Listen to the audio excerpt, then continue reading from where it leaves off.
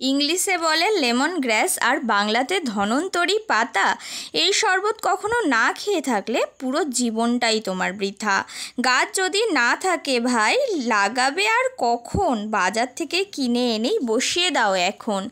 অনেক দিয়েছি জ্ঞান, এবার পুদিনা পাতা তুলি। এখানের কাজ শেষ হলো, চলো এবার তাহলে রেসিপি বলি। তেমন কিছুই না, লাগবে শুধুই 4টি জিনিস: 2 ধরনের পাতা, জল আর সামান্য কিছু চিনি।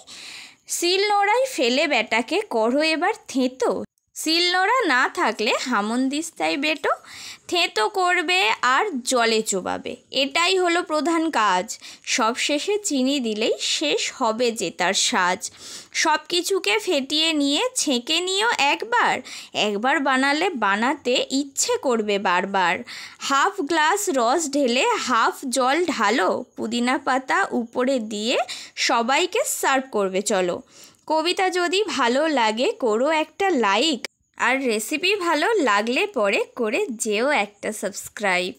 কমেন্ট করতে ভুলে গেলে পাবো মনে কষ্ট, মনে হবে কবিতা লেখা সবই হলো আমার নষ্ট।